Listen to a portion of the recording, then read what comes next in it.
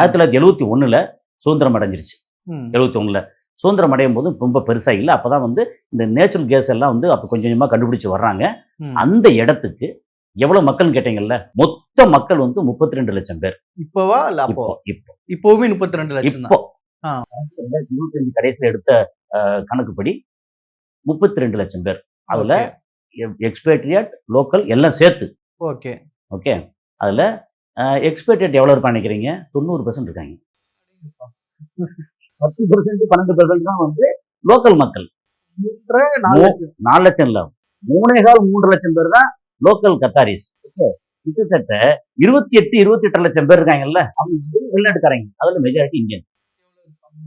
இல்ல இந்தியன் வந்து அந்த 28 லட்சம் பேர்ல வந்து கொஞ்சம் பாகிஸ்தான் இருக்காங்க, கொஞ்சம் இதெல்லாம் இருக்காங்க. பட் மெஜாரிட்டி எடுத்தாச்சுன்னா நமக்கு கிடைச்ச தகவல் வரைக்கும் 20 லட்சம் பேருக்கு அடுத்து இந்தியன் மொத்தம் இருக்காங்க. இதுல ஸ்ரீலங்கன் இருக்கான், பிலிப்பைன்ஸ் இருக்காங்க, பாகிஸ்தான் எல்லாம் ஃபுல் இதில் இருக்காங்க. பட் நியரஸ்ட் நல்லா வேலை பார்க்கக்கூடிய எல்லா விதமான தகுதியும் லேபர்ல இருந்து இன்ஜினியர் வரைக்கும் எடுத்தேன்னா இந்தியன்.